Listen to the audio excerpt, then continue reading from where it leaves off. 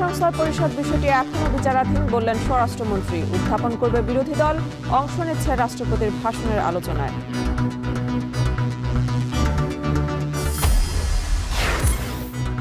উন্নত চিকিৎসার জন্য মির্জা আব্বাসকে নিয়ে সিঙ্গাপুরের উদ্দেশ্যে এয়ার অ্যাম্বুলেন্সের রওনা, সঙ্গে আছেন স্ত্রী, সন্তান ও একজন চিকিৎসক।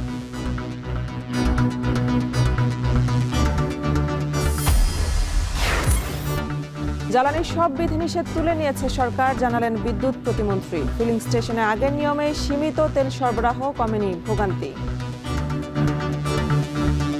আমি তেল পাইছি 10 লিটার দিছে, তার উপরে তেল তারা দিচ্ছে না। সরকার আইন করে দিছে যে যতটুকু তেল নিতে পারে সে নিক, সমস্যা কি? কিন্তু এখানে পাম্পওয়ালারা কি করতেছে, সে 2 লিটার করে তেল দিতেছে। ঈদযাত্রার তৃতীয় দিনে ঢাকা রেল স্টেশনে ঘরমুখো মানুষের ভিড় বাড়ছে, চাপ কম বাসে। দুর্ঘটনা রোধে সড়কে ফিটনেসবিহীন গাড়ি নিয়ন্ত্রণের তাগিদ। এবং কাল থেকে সারা দেশে খাল খনন কর্মসূচি শুরু। দিনাজপুরে উদ্বোধন করবেন প্রধানমন্ত্রী। খরায় মিলবে সেচের পানি, বর্ষায় দূর হবে জলাবদ্ধতা।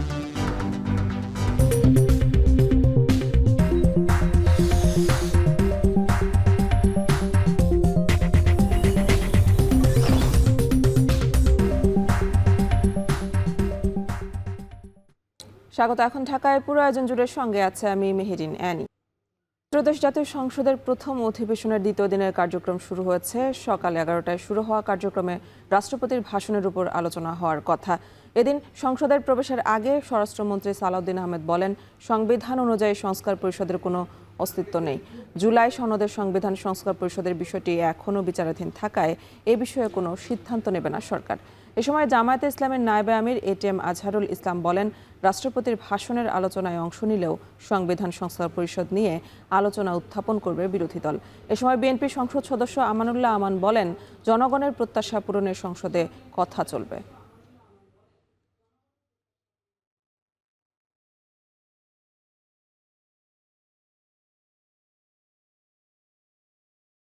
জুলাই জাতীয় সনদ উইদিন ব্র্যাকেট সংবিধান সংস্কার পরিষদ, সেটার সদস্য হিসেবে কেউ কেউ শপথ নিয়েছেন। এটা সাংবিধানিকভাবে বৈধতা চ্যালেঞ্জ হয়েছে, মনে হয় জুডিশিয়ারিতে আছে, রুল জারি হয়েছে, সেটা জুডিশিয়ারির বিষয়। তবে কনস্টিটিউশনালি সেরকম কোনো পরিষদের অস্তিত্ব তো আমাদের সামনে নেই। যদি গণভোটের রায় অনুসারে সেটা ধারণ করতে হয় কনস্টিটিউশনে, সেটা সংবিধানের আগে সংশোধনী হতে হবে, সেটা সংসদে আলাপ আলোচনা হবে। রাষ্ট্রপতি ভাষণের আলোচনা মানে তো তার উপর আলোচনা করে সীমাবদ্ধ থাকবে না, আর অনেক আলোচনা হবে। সে সময় আলোচনা অংশগ্রহণ করবো আমরা ইনশাল্লাহ। আসলাম তো সংসদে অংশগ্রহণ করার জন্যই। ওয়াকআউটটা পরে আমরা সংসদে উত্থাপন করব, সরকার কি বলে তার ভিত্তিতে আমরা সিদ্ধান্ত গ্রহণ করব। যেটা অনেক সময় লাগার কথা, সেটাও কিন্তু আজকে তড়িৎ গতিতে হচ্ছে, এবং এই পার্লামেন্ট ইনশাল্লাহ জনগণকে এমন একটা পর্যায়ে নিয়ে যাবে, তাদের যে প্রত্যাশা তার চেয়েও বেশি পূরণ হবে বলে আমাদের বিশ্বাস। ত্রয়োদশ জাতীয় সংসদের প্রথম অধিবেশনের দ্বিতীয় দিনের কার্যক্রম চলছে। জাতীয় সংসদ ভবন থেকে সে খবর জানাতে আমাদের সাথে যুক্ত আছেন নাজমুস সাকিব। সাকিব, আজকের কার্যসূচিতে কি কি রয়েছে জানাবেন?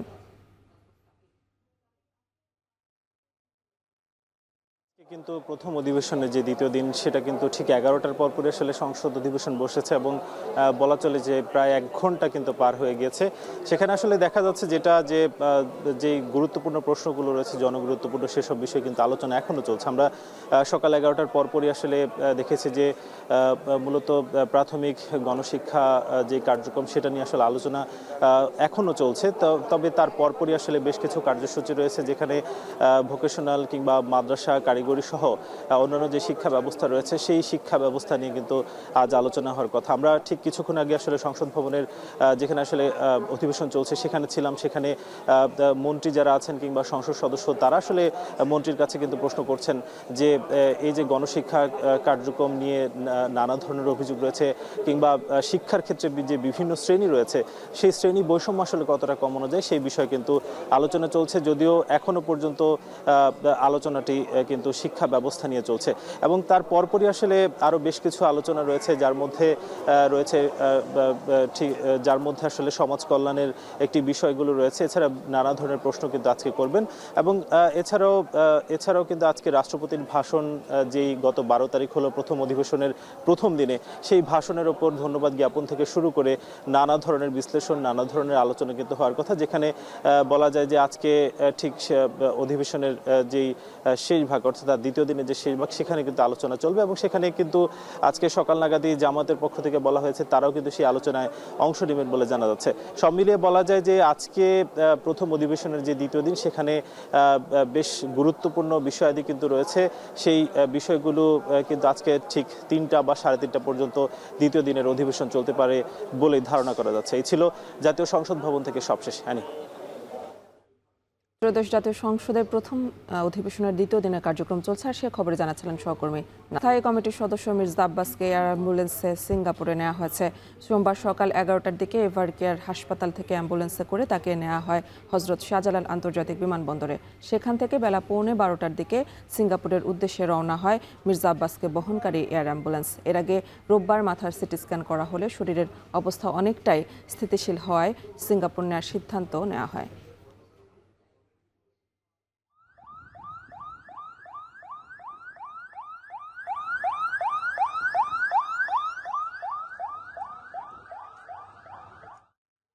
এ নিয়ে আরও জানাতে শাহজালাল আন্তর্জাতিক বিমানবন্দর থেকে যুক্ত আছেন তানজিলা মিম।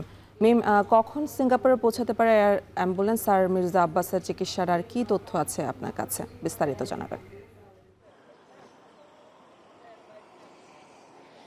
সকাল 11টার পরপরে 11:20 নাগাদ কিন্তু মির্জা আব্বাসকে নিয়ে যে সিঙ্গাপুর থেকে এয়ার অ্যাম্বুলেন্সটি এসেছিল সকাল 9:10 দিকে, সেই এয়ার অ্যাম্বুলেন্সটি যাত্রা শুরু করেছে এবং আমরা এখানে ছিলাম তখন তার ভাগ্নে গণমাধ্যমের সঙ্গে কথা বলেছিলেন এবং তিনি বলছিলেন যে মির্জা আব্বাসের সঙ্গে তার সহধর্মিনী আফরোজা আব্বাস এবং তার জ্যেষ্ঠ পুত্র রয়েছেন এবং সেই সঙ্গে রয়েছেন তার একজন ব্যক্তিগত চিকিৎসক এবং সবকিছু মিলিয়ে সিঙ্গাপুরে তার যে চিকিৎসার প্রস্তুতি, সেই সব প্রস্তুতি সম্পূর্ণ হয়েছে। সিঙ্গাপুরের নিউরোসায়েন্স হাসপাতালে সকল ব্যবস্থা করা হয়েছে।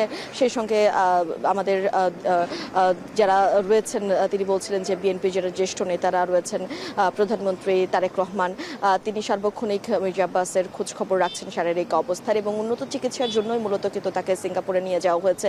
গত 2-3 দিন যাবতই কিন্তু তিনি বেশ অসুস্থ ছিলেন এবং হুট করে আসলে তিনি অসুস্থ হয়ে পড়েন। তার জ্যেষ্ঠ পুত্র যেটি গণমাধ্যমে বলেছিলেন যে বৃহস্পতিবার দিন তিনি আসলে ইফতারের পরপর কিছুটা অসুস্থ বোধ করেন এবং তারপর তাকে হাসপাতালে নিয়ে যাওয়া হয়। সেখানে তার মস্তিষ্কে অস্ত্রোপচার হয় 2-2বার এবং তারপরেই কিন্তু আসলে তার গতকাল সিটি স্ক্যান রিপোর্ট করা হয়। সেই রিপোর্টটি ভালো আসে এবং সবকিছু পর্যবেক্ষণ করে তার উন্নত চিকিৎসার জন্যই কিন্তু তাকে সিঙ্গাপুরে নিয়ে যাওয়া হয়েছে। একই সঙ্গে তার যে বলছিলাম ভাগ্নে, তিনি কথা বলেছেন গণমাধ্যমের সঙ্গে, তিনি দেশবাসীর কাছে কিন্তু প্রার্থনা করেছেন বা দোয়া প্রার্থনা করেছেন এবং সে সঙ্গে তিনি বলেছেন যেন মির্জা আব্বাস একই রকমভাবে সুস্থ হয়ে আবারও দেশে ফিরে আসতে পারেন। দেশের মানুষের কল্যাণে তিনি যেভাবে রাজনীতিতে এত বছর ধরে অবদান রেখে চলেছেন, তিনি যেহেতু একজন বিএনপির জ্যেষ্ঠ নেতা এবং বিএনপি বাংলাদেশ জাতীয়তাবাদী দলের তিনি যেভাবে ভূমিকা রেখে চলেছিলেন, সেভাবেই যেন আগামী দিনগুলোতে তিনি কাজ করে যেতে পারেন, সেই প্রত্যাশার ধারাবাহিকতায় কিন্তু তিনি দেশবাসীর কাছে মির্জা আব্বাসের সুস্থতার জন্য দোয়া প্রার্থনা করেছেন। এখন পর্যন্ত এই ছিল আমার কাছে হজরত শাহজালাল আন্তর্জাতিক বিমানবন্দর থেকে। বিমানবন্দর থেকে যুক্ত ছিলেন সহকর্মী তানজিলা খান মিম। জ্বালানি তেল বিপণনের বিভিন্ন স্তরে আরোপিত রেশনিং পদ্ধতি প্রত্যাহার করেছে সরকার। পরবর্তী নির্দেশ না দেওয়া পর্যন্ত সকল বিতরণ পয়েন্ট থেকে চাহিদা অনুযায়ী জ্বালানি তেল বিতরণ অব্যাহত থাকবে বলে জানিয়েছেন জ্বালানি প্রতিমন্ত্রী অনিন্দ্য ইসলাম অমিত। সচিবালয়ে এক সংবাদ সম্মেলনে তিনি বলেন, ইতোমধ্যে কয়েকটি আমদানিকৃত তেলের জাহাজ চট্টগ্রাম বন্দরে পৌঁছেছে। এখন থেকে আগের মতোই প্রয়োজন মতো পেট্রোল, অকটেন, ডিজেল, কেরোসিন সংগ্রহ করতে পারবেন ভোক্তারা। কোনো অসাধু ব্যক্তি তেল মজুত করলে তার বিরুদ্ধে ব্যবস্থা নেওয়া হবে বলে জানান বিদ্যুৎ প্রতিমন্ত্রী। তিনি বলেন, দেশের অর্থনীতি যতদিন পর্যন্ত স্বাভাবিক থাকবে ততদিন তেলের দাম বাড়বে না।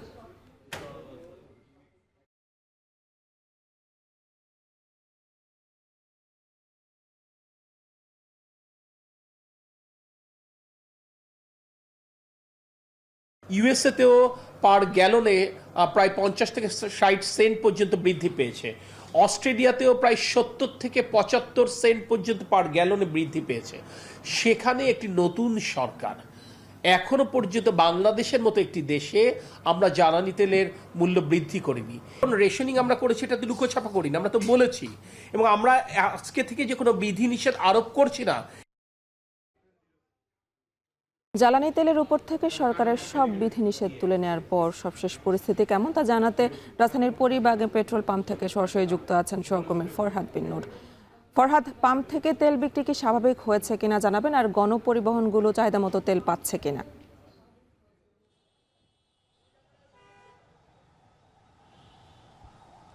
সব ক্ষেত্রে আসলে পাচ্ছে না, কিছু কিছু জায়গায় দেয়া হচ্ছে পর্যাপ্ত তেল, আবার কিছু কিছু জায়গায় সীমিত পরিসরেই আসলে দেয়া হচ্ছে তেল। আমি যেই পেট্রোল পাম্পটিতে এখন রয়েছে এটি হচ্ছে পরিবাগের একটি পেট্রোল পাম্প। এখানে আমরা দেখেছি যে যখন থেকে আসলে একটি তেলের সংকটের একটি সম্ভাবনা তৈরি হয়েছে তখন থেকে কিন্তু এই পাম্পটিতে কিন্তু আমরা সবসময় দেখেছি যে তারা অনবরতই তেল দিয়েছে। তবে সরকারের বিধি অনুযায়ী, সরকারের যে নিয়ম ছিল সেই অনুযায়ী কিন্তু তারা সীমিত পরিসরেই তেল দিয়েছে এতদিন। তবে আজকে থেকে যেহেতু আসলে এই সীমিত পরিসরে তেল দেওয়ার যে নিয়মটি ছিল সেটি আসলে উঠিয়ে নেওয়ার একটা ব্যাপার আছে, কিন্তু আমরা রাজধানীর বিভিন্ন পেট্রোল পাম্পে গিয়ে আসলে যে চিত্রটি দেখেছি যে কোথাও কোথাও আসলে এখনো তেল নেই, আবার কোথাও কোথাও তেল থাকলেও সেখানেও দীর্ঘ লাইন ধরে আসলে বাইকাররা, প্রাইভেট কার যারা রয়েছে তারা কিন্তু তেল নিচ্ছেন। তবে অভিযোগ যেটি হচ্ছে যে যেহেতু সরকার সেই বিধিনিষেধ উঠিয়ে দিয়েছে যে সীমিত পরিসরে তেল দেয়া, সেটি উঠিয়ে দেওয়ার পরেও বা সরকার ঘোষণা দেওয়ার পরেও সেটি আসলে বাস্তবে শতভাগ মাঠ পর্যায়ে কিন্তু কার্যকর না। তো সব মিলিয়ে যে চিত্রটি আমরা দেখছি, যে এছাড়া আমরা দেখেছি অনেক দূরপাল্লার যেসব বাস রয়েছে যারা ঈদে বিভিন্ন দেশের বিভিন্ন গন্তব্যে যাবে যাত্রীদেরকে নিয়ে, সেই দূরপাল্লার বাস এবং বাসের যারা মালিক তারা কিন্তু নানা রকম অভিযোগ করেছেন যে তারা পর্যাপ্ত পরিমাণ ডিজেল পাচ্ছেন না।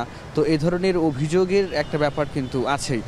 একটু আগে এখানকার এই পেট্রোল পাম্পের একজন দায়িত্বশীল তিনি বললেন যে যেহেতু সরকার ইতোমধ্যে ঘোষণা দিয়েই ফেলেছে, তো তারা কিন্তু এখন আবার পর্যাপ্ত তেল দিচ্ছে, যে যতটুকু চাচ্ছে তাকে ততটুকু দেওয়া হচ্ছে। তবে বাইকের ক্ষেত্রে কোনো বাইকারকে আসলে 600 টাকার বেশি অর্থাৎ 5 লিটারের বেশি তেল দেওয়া হচ্ছে না। তো এই ছিল আমার কাছে সবশেষ তথ্য। জ্বালানি তেলের সংকট নিয়ে জানাচ্ছিলেন সহকর্মী ফরহাদ বিন নূর। কয়েকদিন বাকি থাকলেও আগে ভাগে রাজধানী ছাড়তে শুরু করেছেন অনেক যাত্রী। সকাল থেকে যাত্রী চাপ কমলাপুর স্টেশনে, তবে স্বস্তির পাশাপাশি কিছু অব্যবস্থাপনার অভিযোগও রয়েছে যাত্রীদের। আরও জানাচ্ছেন শাহরিয়ার জামান পুলক। পবিত্র ঈদ উল ফিতরের এখনও প্রায় এক সপ্তাহ বাকি, তবে তার আগেই ঘরমুখো মানুষের ঢল নেমেছে রাজধানীর কমলাপুর রেলওয়ে স্টেশনে।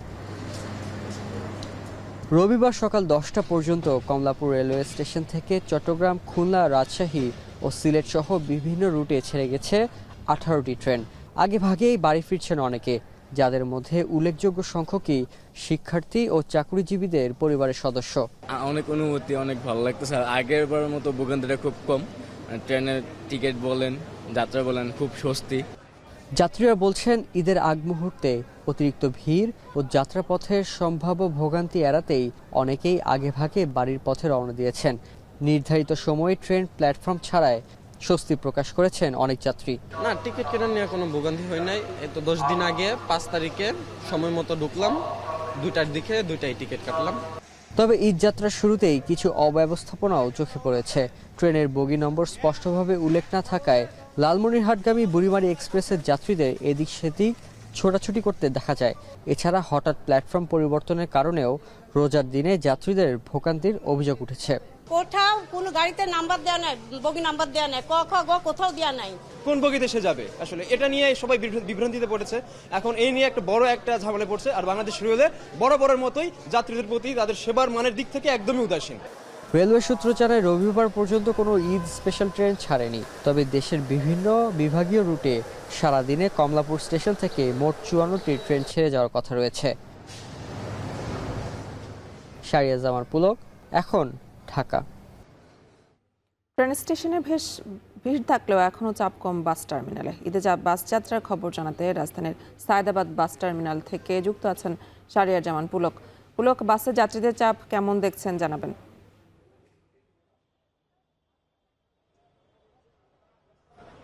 আরে সকাল থেকে যেমন ট্রেনের খবরটি জানাচ্ছিলাম যে সেখানে যাত্রীদের চাপ বেশ রয়েছে, সেই ঠিক কিছুটা উল্টো রাজধানীর বাস টার্মিনালগুলোতে। এখানে সকাল থেকে আমরা দেখেছি যে যাত্রী চাপ কিছুটা বলা চলে না একদমই কম, আবার বলা চলে না একদমই বেশি, কিছুটা মধ্যম অবস্থায় রয়েছে। বর্তমানে পরিস্থিতি একটু দেখাতে চাই। এখন কিন্তু বেশ কয়েকটি এই যে সায়েদাবাদ বাস টার্মিনাল, এখান থেকে কিন্তু বেশ কয়েকটি জায়গার যেমন দক্ষিণাঞ্চল এবং চট্টগ্রাম, বরিশাল এইসব জায়গার কিন্তু বাস ছেড়ে যায়।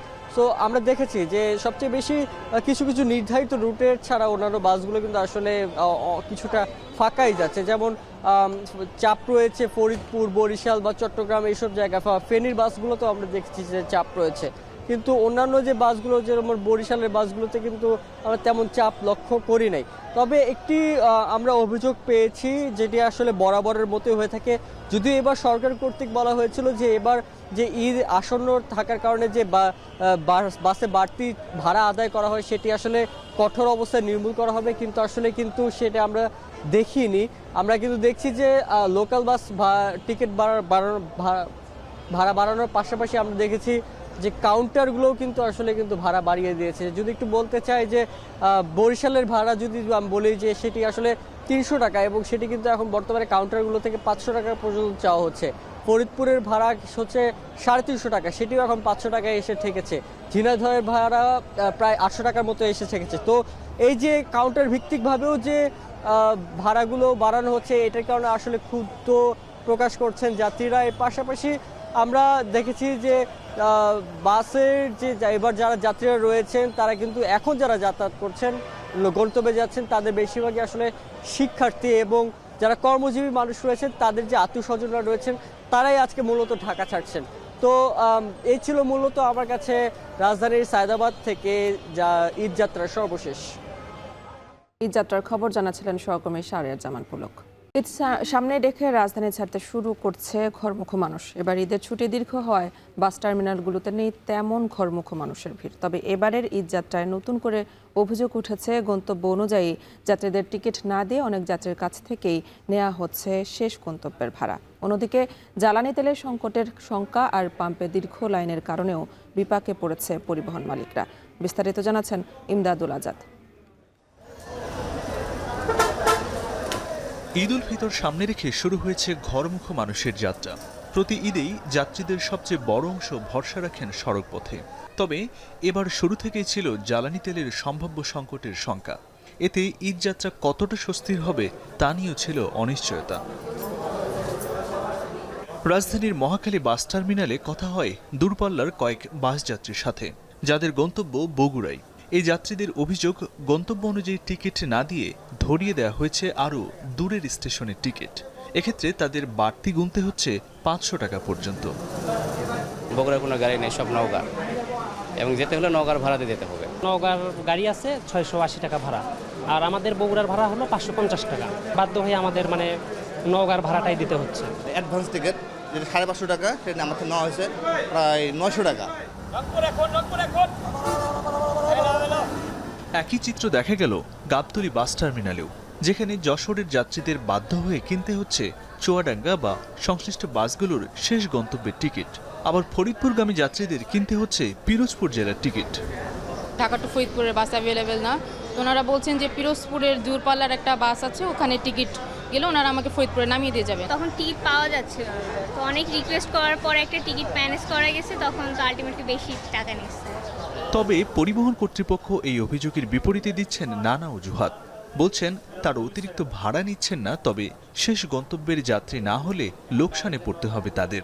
বগুড়া যেগুলো গাড়ি ছিল আগে বিক্রি হয়ে গেছে, বুঝছেন, যেহেতু দুটা গাড়ি আমরা এক্সট্রা যেটা ছাড়তেছি সেগুলো মনে করেন নওগাঁ। এই খালি অনুপাতে আমাদের গাড়ি তো শেষ স্টপেজে যাবে, কিন্তু রাস্তায় নামবে, তারা শেষ স্টপেজের ভাড়া দিয়ে যেতে হবে। আমার তো ওখান থেকে আর লোকাল কোনো যাত্রী ওঠানোর স্কোপ আমাদের নাই। পরিবহন সংশ্লিষ্টরা বলছেন জ্বালানি তেলের সংকট এই পরিস্থিতিকে জটিল করে তুলেছে। পাম্পে তেল নিতে ঘন্টার পর ঘন্টা লাইনে দাঁড়িয়ে থাকতে হচ্ছে বাসগুলোকে। এতে অনেক বাস সময় মতো রাস্তায় নামানো যাচ্ছে না। তেলের খুব সংকট হয়ে গেছে আমাদের। আমরা 4 দিন হচ্ছে আজকে বসে আছি, 4 দিন এক টিপ মারবে আসে। 2-2.5 ঘন্টা 3 ঘন্টা জ্যাম খাটার পরে আবার আমাদের যে পরিমাণ তেল লাগবে এই পরিমাণ তেল আমরা ভরতে পারতেছি না। 100 লিটার তেল লাগে, পাম্পে আপনার 60 লিটার 70 লিটার তেল দেয়, তাহলে কিভাবে যায় আসে? শুধু বাসই নয়, ঈদকে সামনে রেখে বাড়ছে রেন্ট এ কারের চাহিদাও। পরিবারের সঙ্গে স্বাচ্ছন্দ্যে বাড়ি ফেরার জন্য অনেকেই ভাড়া নিচ্ছেন ব্যক্তিগত গাড়ি। তবে রেন্ট এ কার মালিকরা বলছেন জ্বালানি সংকটের কারণে চাহিদা অনুযায়ী গাড়ি দিতে পারছেন না তারা। তেল দিচ্ছে আমরা 10 লিটার করে দৈনিক, 10 লিটার তেল দিয়ে আমি চট্টগ্রাম আপডাউন কিভাবে করবো? আমরা যাত্রীর চাহিদা অনুসারে আমরা গাড়ি দিতেও পারতেছি না, আর আমরাও ঠিকমতো ভাড়া মারতে পারতেছি না। ইমদাদুল আজাদ, এখন, ঢাকা।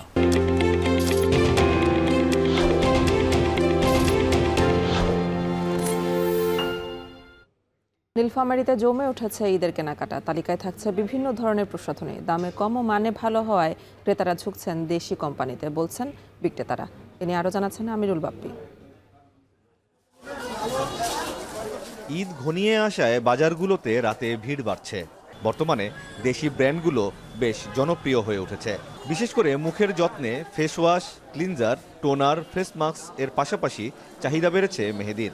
বাংলাদেশি ফর্মুলাগুলো অ্যাডজাস্ট করার কারণে আমাদের ত্বকের সাথে ভালোভাবে সামঞ্জস্য করছে এবং মানুষ তাই ভালোভাবে গ্রহণ করতেছে। আমরা ব্যবহার করি দেশি মেহেদি, তার মধ্যে মমতাজ মেহেদিটা উন্নত মানের। দেশি কোম্পানির পণ্য বিক্রি করে সন্তুষ্ট বিক্রেতারাও। বিদেশির চেয়ে দেশি ব্র্যান্ডের দাম কম, মান ভালো এবং লাভ বেশি হওয়ার দাবি বিক্রেতাদের। মান এবং দামে ক্রেতারাও সন্তুষ্ট বলে জানাচ্ছেন ব্যবসায়ীরা। এবং দেশি প্রোডাক্টগুলো বলতে গেলে যেমন মমতাজ আপনার অনেক ফেসিয়াল আইটেম বার করছে, যেগুলো আমাদের আগে বাহির থেকে আনা লাগতো। এখন এই প্রোডাক্টগুলো যেমন ফেসিয়াল স্ক্রাব, এই আইটেমগুলো, মেহেদি যেমন আমরা আগে বাইরের প্রোডাক্টের উপর নির্ভর ছিলাম, যেমন পাকিস্তান, ইন্ডিয়ান এগুলো ছিল। এখন আমাদের দেশি প্রোডাক্টগুলো আমাদের সব মেহেদি বাই করছে। ক্রেতা ও বিক্রেতা দুই পক্ষেরই দাবি, বিদেশি কোম্পানিকে টেক্কা দিয়ে প্রসাধনী সামগ্রীতে ঘুরে দাঁড়িয়েছে বাংলাদেশ। সঠিক মান ও দাম রাখতে পারলে এসব পণ্য বিদেশে রপ্তানিও করতে পারবে। আমিরুল বাপ্পি, এখন, নীলফামারী। হামলার জবাবে ইসরায়েলের দক্ষিণ ও মধ্যাঞ্চলে ব্যাপক হামলা চালিয়েছে ইরান। তেহরানের সঙ্গে যোগ দিয়েছে লেবাননের হিজবুল্লাহ। একই সময়ে ভিন্ন ফ্রন্ট থেকে তেল আবিব, হাইফার দিকে হামলা করছে তারা। এছাড়া উপসাগরীয় অঞ্চলের তেল বন্দরে আশেপাশের এলাকা ছেড়ে দেওয়ার নির্দেশ দিয়েছে IRGC। নতুন হামলা হয়েছে কুয়েত, জর্ডান, সৌদি আরবের পূর্বাঞ্চল ও দুবাইয়ের মেরিনা ও আল সুফু অঞ্চলে। এদিন একসঙ্গে ইরাক ও কুয়েতের মোট 3 মার্কিন ঘাঁটিতে হামলার দাবি করেছে তেহরান। ইরাকে অবস্থানরত মার্কিন নাগরিকদের অবিলম্বে দেশ ছাড়ার নির্দেশ দিয়েছে ওয়াশিংটন। এর আগে ইরানের ইস্পাহানে বোমা হামলা করে 15 জনকে হত্যা করে ইসরায়েল, যুক্তরাষ্ট্র। হামলা হয়েছে তেহরানেও। একই সঙ্গে লেবাননের দক্ষিণে দফায় দফায় আঘাত হানছে তেল আবিব। এমন পরিস্থিতিতে ট্রাম্প দাবি করছেন ইরান যুদ্ধবিরতির চুক্তি করতে চায়, কিন্তু তাদের শর্তগুলো যুক্তরাষ্ট্রের অনুকূলে নয়। এই ছিল এখন ঢাকা। এখন টেলিভিশন ওয়েবসাইটে দেখতে ভিজিট করুন www.এখন.tv। এছাড়া ফেসবুকে দেখতে ভিজিট করুন facebook.com/tv.এখন এবং ইউটিউবে দেখতে ভিজিট করুন youtube.com/c/এখন tv।